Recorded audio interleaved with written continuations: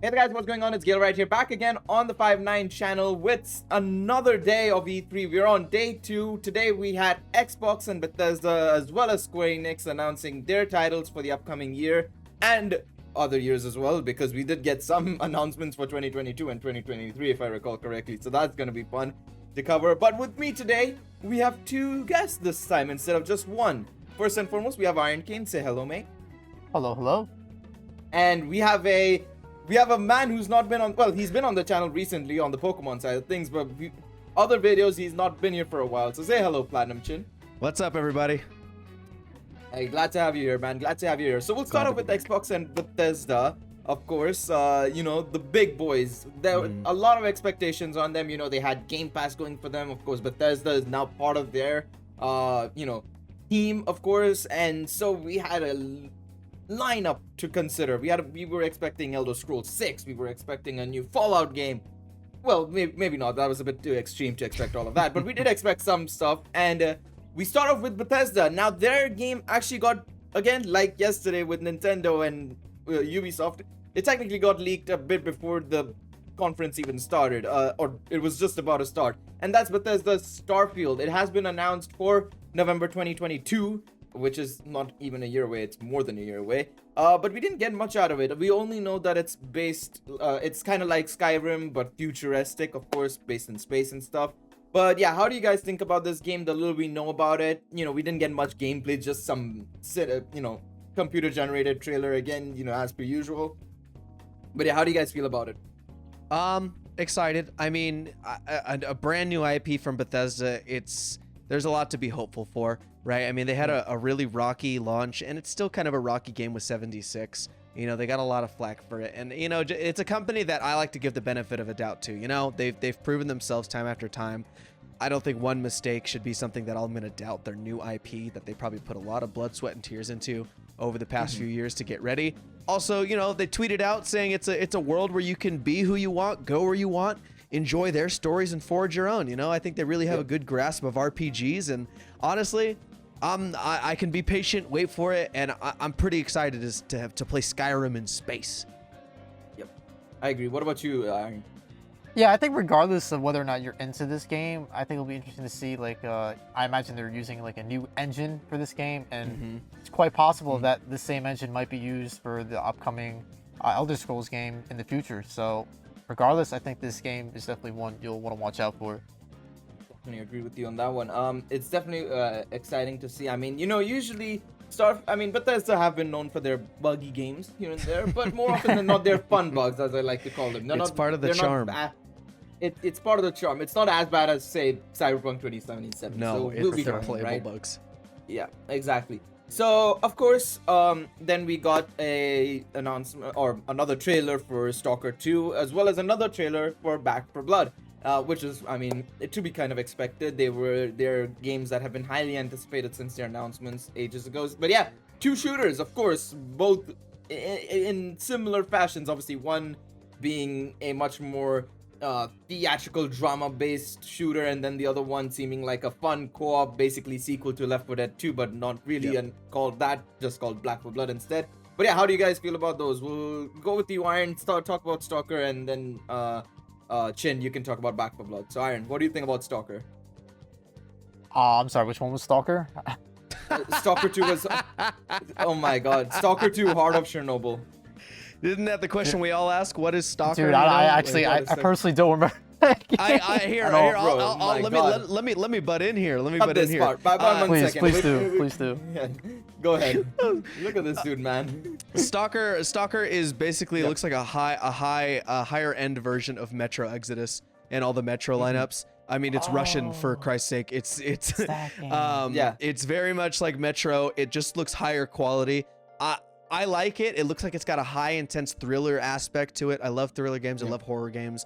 I love first person shooters. I think it's something that, like, I love that campfire like talk they had during the gameplay trailer and stuff. I don't know. It just it seems like they got the setting right, the voice acting right. I want to give it a try, and I believe it's a day one Game Pass game.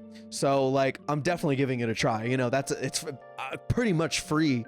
I don't even think about my Game Pass payment per month. this point, I swear, 90% of the press conference was pretty much day one Game Pass. It was day let's one be Game honest, Pass. which we'll come towards in the end of this discussion. But Back for Blood, at least you remember this one, Iron? Or Yeah, do you want me yes, to I skip do. you again? No. Stalker. I had to refresh my memory. Basically, yeah, it's like a Metro-like game. I think it's gonna be very atmospheric. It's definitely gonna pull you in. Very Metro. If you're into that Metro apocalyptic type game, it seems like it'll be for you.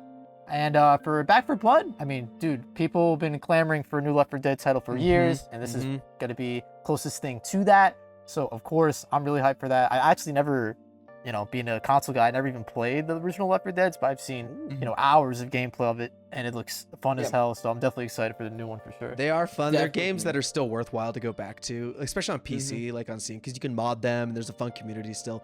But yeah, Back for Blood, I watched streamers play at an alpha back a few months ago, and it looks great. It's Left 4 Dead just reskinned, which I can't complain about. Like, right? I mean, it looks fun, and that's everyone's been clamoring for Left 4 Dead 3, and this is it. This is it now. So Definitely.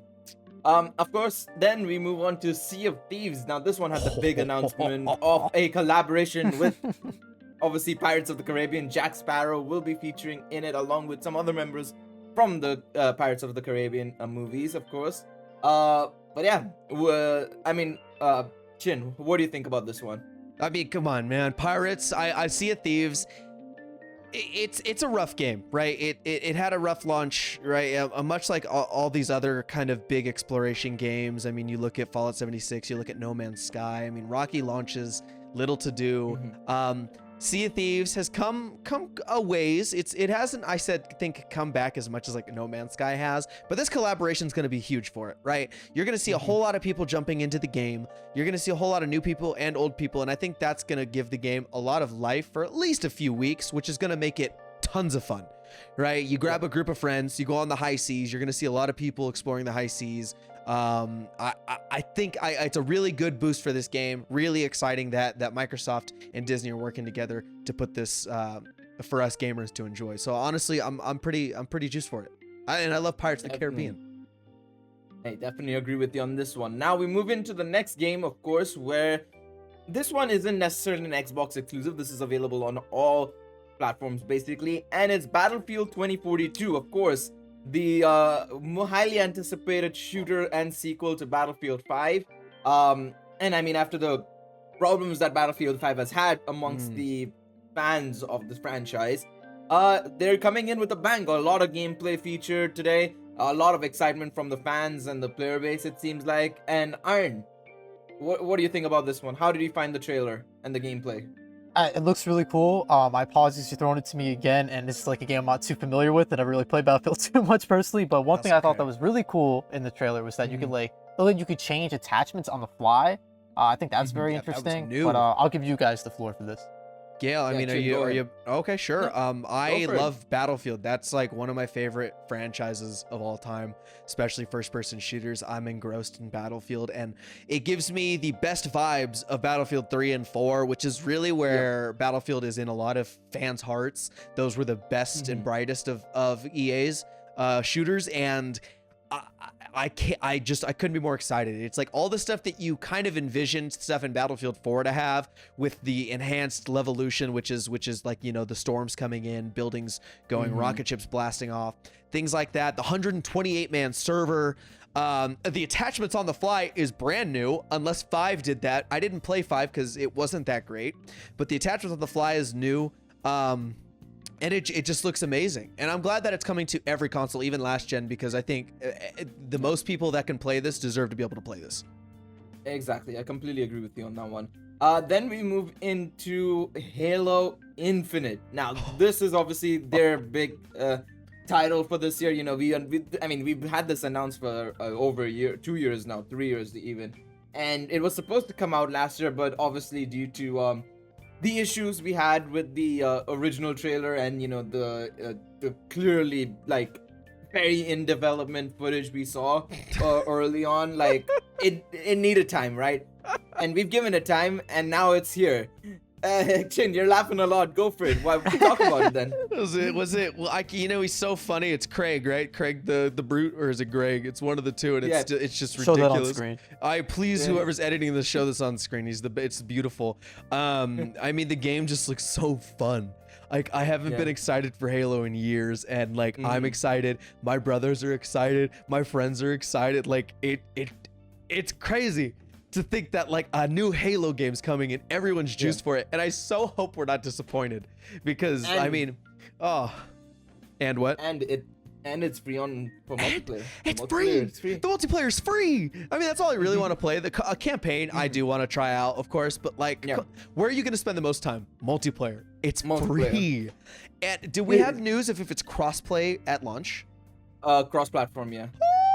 Anyways, that's all I needed to hear. I mean, I couldn't be more stoked. The gameplay looked good, and I loved the trailer, because the gameplay trailer, because it said in-engine footage, but you could definitely tell it was gameplay, and it looked like classic Halo. They didn't try to change anything. It just looked like Halo 3 Forge mode, Halo Reach, playing Capture the Flag, things like that. I'm totally excited, and I think every Halo fan is excited for this. Definitely agree with you on that one. We move into something that's a more personal one for me. I'm a big fan of this. I was as a kid, I used to play this one a lot, or its predecessor a lot, and that's Age of Empires 4, coming in October 2021. Obviously, real-time strategy, 8 civilization, 4 campaigns. The drill. Basically, it's a real-time strategy. You're developing a complete sort of like a civilization from the ground up, starting from the olden ages to the Bronze Age, the Iron Age, and so on and so forth. I don't know if any of you two are fans of this style of a game, but Gail, I'm very much looking forward to it. Take it away. I'm very much looking forward to it. I mean, like I said, Age of Empires 2, I think, is a big classic for a lot of people. Maybe quite a few people that I know love the original one. So I'm very much excited for Age of Empires 4. And yeah, coming in October 2021, gonna be very interesting to say the least. Next up is Forza Horizon 5. We go to Mexico on November 9th. I think November 9th was the release date. That got leaked as well. Oh, by the way, speaking of which, leaked dates, by the way. Apparently, the Brazilian Xbox Twitter account also leaked that Halo was coming on November 9th as well. So, wow, okay. A lot of titles coming around November, it seems like, and October, beginning November, which is not a surprise. That's when usually of this year. But of this year, yeah. Oh, okay. Keep going. I won't interrupt. Yeah, but Forza Horizon 5 coming to Xbox One and PC on November 9th, and we go to Mexico in the game. There we go. That's what I meant to say. But yeah, it looks apparently it's gonna be the largest map that we've ever had in Forza, or Horizon specifically. There's new game modes as well, like a pinata popping game mode, and like you can see storms and stuff like that. Very exciting. The representation of Mexico seems very true to form. They've said that they've tried to being very honest and giving homage to the cities and streets of Mexico basically. But yeah, Iron or Chin, one of you, whoever wants to pick it up, if you've seen the trailer, how do you feel about the game? Does it intrigue you in picking it up? I thought it looked pretty cool. There was like a game mode where it almost looked like you're kind of like on a game show. You're getting there's like flippers and stuff like that, kind of something like Fall Guys, and have a car in an area like that. It was very interesting. So I might not like the racing aspect. I feel like racing, you can only do so much. I'm more interested in those types of modes, the more experimental, like the pinata thing you mentioned before, like stuff like that is definitely exciting to see. Forza is a great game. I'm a big fan of racing games, but I'm more a fan of like arcadey feeling racing games, things like Midnight Club, GTA's racing modes, Need for Speed. Those are more my style racing games. Forza's a little too closer to the Simcady realism side, but it is fantastic. The customization is always amazing. The different style of races you can do. So I mean, I'm excited for the new one. I think I'm pretty sure it's a day one Game Pass game. So it's something that I'm gonna download and play and give a go. Yep, definitely agree. And the final thing from Bethesda, from Arcane Studios, the same people who have done Dishonored and the upcoming Deathloop game as well, is Redfall. It's coming out next year. It's basically based in Massachusetts, the game that is, and you're facing off against a legion of vampires, and you are you get the option of choosing one of 4 vampire slayers basically, and the other 3 can be taken up by your teammates, your IRL teammates, your partners that you play with, you know. But it's gonna be a very interesting concept. A 4-player story mode, it seems like. Gonna be interesting if it's first person or third person. You know, it's Arcane Studios, so your thinking is first person. But yeah, Iron, how do you feel about this one? Yeah, man, you're mentioning IRL teammates. Gil, I would love to be your IRL teammate, and wink, wink. I don't know about that one, Chief. But yeah, no, it looks really cool. You know, it's a new IP, it's a new thing, which is exciting to see as always. And you know, we're fighting vampires. You know, there's always like zombies or robots, something generic, but it's cool to be fighting vampires. Looks like they have like special powers and whatnot. I don't know if it's gonna be first person or third. I don't really care either way, but it's a new thing, and I'm hyped for it. Definitely agree. Chin, what about you? Yeah, I'm ready to see what it's like. Again, it was one of the only things that I didn't get a chance to see myself. But hearing supernatural enemies co-op, it's always worth a shot. You know, if you've got the extra money to spare, which I'll probably have around that time, I might pick it up and see. But also, it's probably a day 1 Game Pass game, so I'll be able to play it no matter what. I mean, you're not wrong on that. But yeah, I think we've been saying this for so long. Game Pass is probably one of the best things Xbox have done. And along with all the announcements they've made, the only game they technically didn't announce for Game Pass was the only game they don't make, which was Battlefield 2042. Apart from that, almost everything was announced for Game Pass. They announced, I think Diablo was coming to Game Pass, Diablo 2 Resurrected, Hades was coming to Game Pass, the Yakuza Among series. Us, the entire Yakuza series. Oh, that's awesome. Including Like a Dragon, is coming to Game awesome. Pass. So, and I think they've announced like old Bethesda games coming to Game Pass as well, like the original Fallouts as well and whatnot. So, again, Game Pass is probably the best thing they've done, to be fair, and I'm very impressed with the direction they're taking with Game Pass. Honestly, it's one of the best things that's come out of like the gaming industry in like a long time. Like, just to be flat honest, it is. Yeah, I 100% agree with you. Sony needs to come back swinging that with their. That's what I'm saying. Because they need one. I know that they've been in discussion with it, but that they're making one, but we'll have to wait and see when that comes out. But that's Xbox for today. We move on to Square Enix. Now, this was also very anticipated for myself personally, and I think some of you guys were also kind of excited about it. And, you know, we were like, oh, Final Fantasy 16 information. Oh, yeah. Some XYZ Forspoken and whatnot. And was like, oh, Dragon Quest as well. Forgot about Dragon Quest, but Dragon Quest as well. And it was okay. It was an alright press conference. I'd give it a 5 or 6 out of 10. It was average. It wasn't the best thing. Right. Because the biggest problem was the first game that they announced, a Guardians of the Galaxy game. Now, this is completely different from the Avengers game. Different team, different developers. Completely different. And they're making effectively a choice-based Guardians of the Galaxy game where you play as Star-Lord and you obviously can fight and everything. It's very Final Fantasy 15-esque where it's like you can also control your other team members and do team orders and go for like a kind of all-out attack as kind of maneuver and whatnot. It looks like a fun game, but they spent 20 goddamn minutes on it, bro. Way too long. They spent like, it was so long. There was like, the to be fair, it's Guardians of the Galaxy, so you have to see why you understand why they did it, but give it in a 40-minute presentation. You don't give half of it to one game. You get 10 minutes for sure. If it's especially popular, when you're it's 10 Square minutes, Enix and you could have Final Fantasy news and you spend it on Guardians of the Galaxy. And when ridiculous. Avengers was so mixed. It was like a very bold strategy, I must admit, by them. But it's a single player game, story driven, doesn't seem live service or anything of that sort, which is good. I think that's the direction I prefer at this point with games like these. But yeah, how do you feel about the gameplay and what you see in Chin and Iron? Iron, I'll leave it up to you for this one. All right, man. Yeah, no, I thought the gameplay was really fun. It was like, very versatile. Like you mentioned, you control your teammates, and it looks like, I remember I saw Rocket, he got like frozen, you had to like break him out. So it seems like, you know, you're on your feet a lot playing the combat wise, and like you mentioned, there's choices. Like there's an option where they either were using Groot as a as a prisoner chip for bait. Yeah.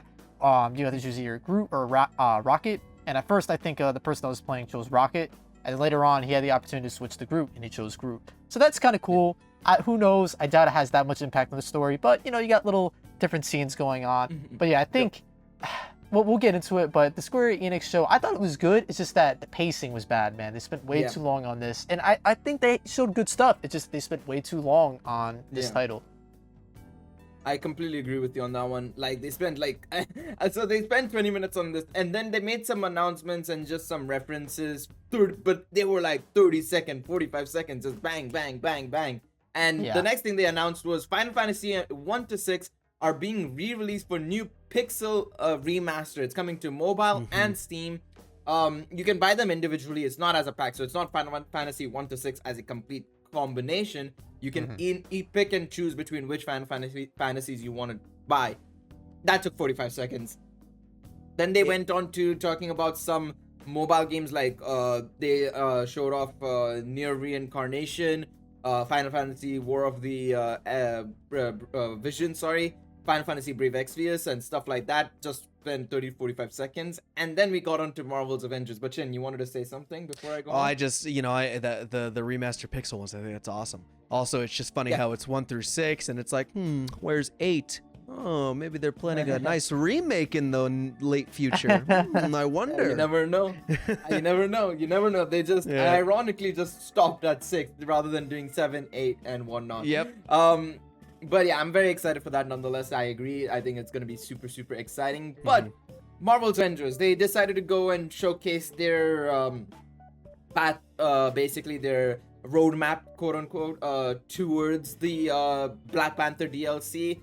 I mean, it's a cool thing. I think at this point, the problem with Marvel's Avengers is that it's got the same issues that games like No Man's Sky had and whatnot, right? Where the launch was so bad, it's like it's gonna be a struggle to get people back in. And No Man's Sky did it really well. I think if we have to hold a golden standard for having the best comeback of our lifetimes, it's probably No Man's Sky, right? Oh, easily. So for Marvel's Avengers to do that, they can do that. I feel like if they introduce characters that are hype, like Black Panther and stuff, I think over time, and they show an incentive to want to improve their game, I think it'll be fine. But yeah, what do you think, Shin? I'm almost certain Spider-Man was supposed to come out in the spring. Like early. Was it spring or summer? I thought it was summer. I swore it was early 2021. No, I think Chin is where's right, man. Spider-Man? I need, like, you want to bring hype? Give me Spider-Man. Like, I mean, don't get me wrong, I love Black Panther. I mean, that's one of the coolest characters that Marvel's made, and especially the Marvel Cinematic Universe. That was one of the best movies they've released. So it's not a non-hype character, but you promised Spider-Man, and I don't have Spider-Man, Yeah. I got a PS5. Yeah. Where's my Spider-Man? Well, okay. I just checked. They did specify around summer 2021. So okay. They say Spider-Man 2021. Sneaky. Okay. They did specify it was not gonna come out before Black Panther. So if Black Panther's coming in August, that means he'll come out in September, which is still not summer. Yeah. Come on, it's already June. It's fine. You know what? It's fine. I'm just saying, if you want to bring a dead game back to life, But anyways, I digress. All right. So basically, then we move into Babylon's Fall, which is by Platinum Games, and I didn't even know it was coming. I didn't even know it was a thing personally, right? But apparently it's completely different to what it was originally. What we got today, or yesterday, I should say now. At this point, it's almost becoming yesterday. But Babylon's Fall ended up being a live service game that's extremely similar to what Godfall looks like. Iron, what do you think about what we saw from Babylon's Fall? Honestly, it's made by Platinum Games, so the combat is gonna look good. It kind of looks a little generic to me. I don't mean to be like mean. I know we just saw the first glance at it, but to me, it kind of looks a little generic. But it is multiplayer, right? So with that aspect alone, there is fun to possibly be had. Who knows what the price point is going to be? And this isn't obviously on like Game Pass or anything like that, so it's probably going to be like $70 or something. So I don't know. If it's discounted, I might pick it up, play with some friends. But it does, to me personally, looks a little generic. I completely agree with you. That was the biggest thing. I was like, and originally it looked really good from what I saw the original trailer, I didn't even remember the original trailer. I went back and looked at it, and it looked so different to what they brought out now. So I don't know what made the change, why they decided to change the choice, right? The genre choice and whatnot. Like, why did they decide to switch so drastically? But yeah, what do you think about Babylon's Fall, Chin, as well? Honestly, I couldn't really add any more than that. The generic feel of it is that's about it, really. I mean, we'll have to see more later on to really get like a better feel for it and see how I'd like it. But honestly, I'm just kind of in line with you guys with it. Yeah, and it's not that it looks bad. It's just it doesn't speak to me, or I don't know. It's nothing. Well, and it's new, I like, guess. there's a lot of game, like you can make a first reveal trailer speak to someone. Like look at Halo. I mean, obviously that has a long standing as Halo, but like, come on, people are going into that expecting disappointing and coming out excited. You know what I mean? So Yeah, for sure. we'll have to see. Yeah, 100% agree. Then we had Life is Strange, of course. I don't know how much I can add to this because I've been a fan of the games. Like, it just feels like it's an anxiety-filled, choice-filled game. Like, if you enjoy it, good for you. But it's not my type of game. But either of you, have you played it or have you cared about it? I neither. Neither. I haven't cared nor played it. Iron, I know you played it. Don't lie to me. I don't think I've ever played it, but I've definitely watched it. I've watched the first game and the second one. I think it's cool because Telltale obviously isn't still around, so seeing these point-and-click adventure games still kicking in some shape or form is nice. I'll be honest, I'm not really that interested in this new girl's power. I don't know her name, but it's just like she reads emotions. And it's just like, bro, you could kind of like get a feel for how people are feeling like IRL, like, you know what I mean? So it's just, I don't know, like the time reversing thing and the first game, like that's cool, but like this, I don't know, man. They're gonna have to sell it a little more because so far it hasn't really grabbed me. But the game looks good. It's a new Life is Strange. If you're into that, it's coming. Yeah, I mean, I'm like I said, I love choice-based games, but sometimes it's stuff like this doesn't interest me. I prefer the more Until Dawn style, or like even the Telltale games are a bit better in my personal opinion. I just feel like this just doesn't connect to me for some reason. And yeah, but also, if you enjoy it, hey, there's something for you guys to look forward to. But yeah, go ahead. I was gonna mention, I believe they're remastering all the previous Life is Strange with like Chloe and like not Life is Strange 2, but like one with Chloe. Yeah. But yeah, no, that's definitely coming. The remaster and True Colors, I think the new one is called. So that's gonna be exciting for those who are interested. And then finally they wrap up with what is Final Fantasy Origin, or Stranger of Paradise Final Fantasy Origin. Apparently it's supposed to be this sort of like retelling / remake, or I don't know, like an alternate universe to Final Fantasy 1. So it's based around that era. You're gonna be seeing Garland and stuff like that as well in the game. Tetsuya Nomura is coming back. I swear, man. Like I said this in yesterday's wrap up, bro. I need that man out of my goddamn Square Enix company, bro. I don't care. That man does not. I don't want that man to touch another Final Fantasy or Kingdom Hearts game. I swear, bro. Bro. The game looks good, but it's just like the concept, bro. This man said the game is the story of an angry man. What does that mean? Why? I think it speaks for itself, Gil. It's abstract, man. It's modern. It's hip. It makes you really think. Hip, yeah. It's hip for emo people. That's what it is. I'm for just angry men. Baffled about that. I think the story is about you, Gail, the angry man. I mean, at this point, it is. It is. But I will say this: the gameplay looks intriguing. I mean, there's been rumors about a Final Fantasy Origin game for a while now. People were saying it's a very Souls-like game, and it seems to be the case because the game is being developed by Team Ninja and Koei Tecmo. So in hand in hand, basically. So that's gonna be very interesting. But Chin and Iron, what do you all think? Because I know there's been a lot on Twitter saying, "Oh, it looks like a PS3, Xbox 360 game," and the combo looks dull, bland. But yeah, what do you guys think? Iron, take it away from here. I can't. No problem. Gail's reaction's enough for me. I was just gonna say, you mentioned the fact that it's made by the people, Koei Tecmo and Team Ninja. I think Koei or I forget which one, but they worked on Neo, right? So it's gonna be a Souls-like game, and if that's the case, I'll definitely try it out. I'm a really big fan of that gameplay style. So just with that alone, with no more on it, with people saying it looks like a PS3 game, I'll still give it a shot because it's a Souls-like, Yeah, I agree. What about you, Chin? But nah, I probably won't give it a shot. I'm gonna be honest. I really like Souls games, but I don't know. I wasn't the biggest fan of Neo. And Yeah, like I Ninja agree with you. Gaiden and like Devil May Cry, those kind of hack and slash Darksiders and things like that. I'm just not the biggest fan of that. I don't know why Dark Souls itself. I think the challenge is what really draws me to Dark Souls. But I say that and I'm like, I don't care about Ninja Gaiden or Neo. I don't know. I'm weird. I'm very weird about those kinds of games. So I probably won't play it, but it doesn't mean I won't watch. You know, if 5-9 streams it, I'll sit in the chat and I'll watch it and see how it is. Why are you not gonna try the trial? Because the trial is out now from June 13th to June 24th. It's a limited time trial only on PS5. So if you have a PS5, you may as well want to try it out. Yeah, you can get free All corrupted right, data. I if you do get have it a right now, PS5 right? and it's free, so I guess I'll try it out. There you go. See, a happy customer is what I see now here. Even though I don't work for Square Enix.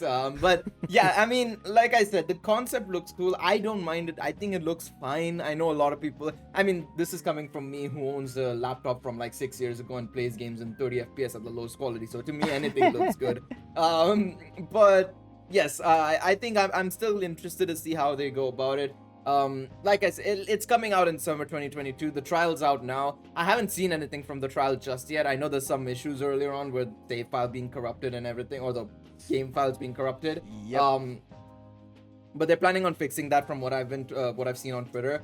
Overall, I'm looking forward to it. There's still a year to go before it even comes out. There's time for it to develop, get polished and stuff.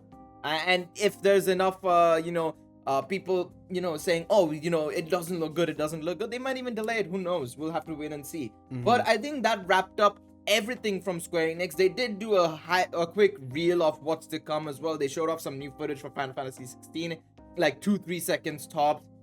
Some new footage for Forspoken as well, and some other games as well. So again, there's still a lot to come from Square Enix, but today's press conference, I must admit, their time management and pacing, like Iron Kane said earlier on, was horrible. Like, it was just like 20 minutes of Guardians of the Galaxy, like 5 minutes on like these mobiles and the mobile games and the remaster, and then like quick 4 minutes on Babylon's Fall as well as Marvel's Avengers, 10 minutes on Life is Strange, and then 5 minutes on Origin. Like, it was super all over the place in my personal opinion. I still gave it a 5 or 6. Like, some games interested me. But yeah, what do you guys think about the Square Enix press conference and Xbox's press conference? Go for it, both of.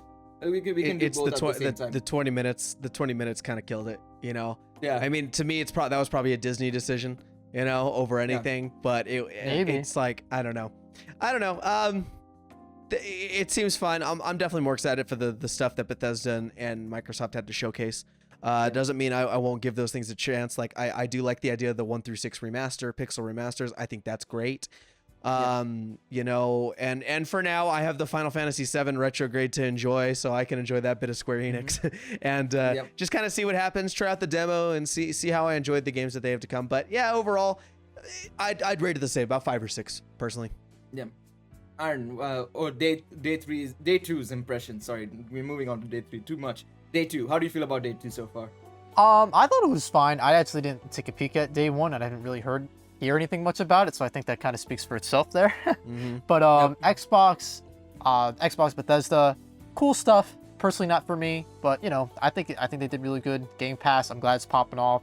Give Sony some competition. Hopefully they'll come up with something that'll compete with that in some way. But Square Enix, again, it's a shame, man, because I felt like they had a potential to have a really good show, and the pacing was just really bad, man. They stayed on Guardians way too. Like, I was sold within the first 5 minutes, and then they gave me 15 more for like no reason. It just kept going. Yeah, exactly.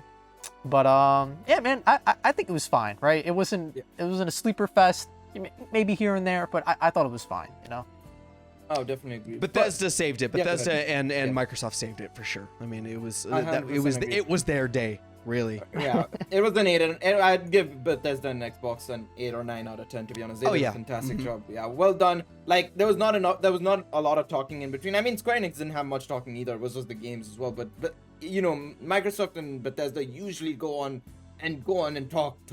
But this time it was like there were only 4 segments of talking. And then the rest of the hour was just trailer, new trailer, 5 minutes, new trailer, 5 minutes, stuff like that. Great stuff from Microsoft and Bethesda. But yeah, let us know in the comments down below. What do you guys think of day 2's press conferences? I know we had PC Gaming Showcase, didn't announce much there apart from Dying Light 2, I think, was given a release date finally, which was exciting, I suppose, coming out in December, I think. But apart from that, not much. Overall, solid day 2, I think, overall, much better than day 1, in my opinion. Ubisoft and Gearbox didn't show enough to be. I don't think they'd compare it, quite honestly. I think right now it'd go Microsoft, Ubisoft, Square Enix, and then probably Gearbox after that. So that's my personal take. We'll go on to day 3 tomorrow and see what is on offer. Of course, we will be having Capcom as well as Take-Two Interactive showing their games for the upcoming year. And yeah, very much looking forward to that. Thank you guys so much for watching. Leave a like, subscribe if you're new to the channel. And Chin, I, and Ironkin will see you guys in the next one. Take it easy, everybody.